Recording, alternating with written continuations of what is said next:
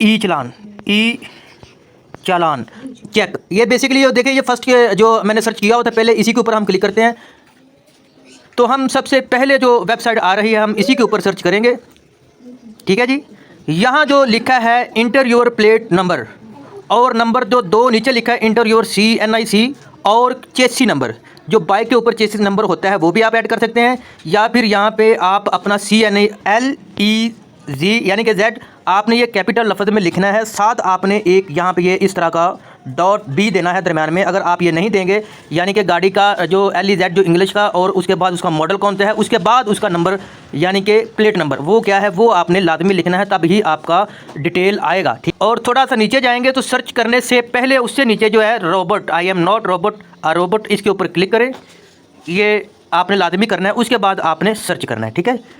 तो यहाँ ये देखें जी, मेरे जो गाड़ी के ऊपर कोई भी ई चालान नहीं है।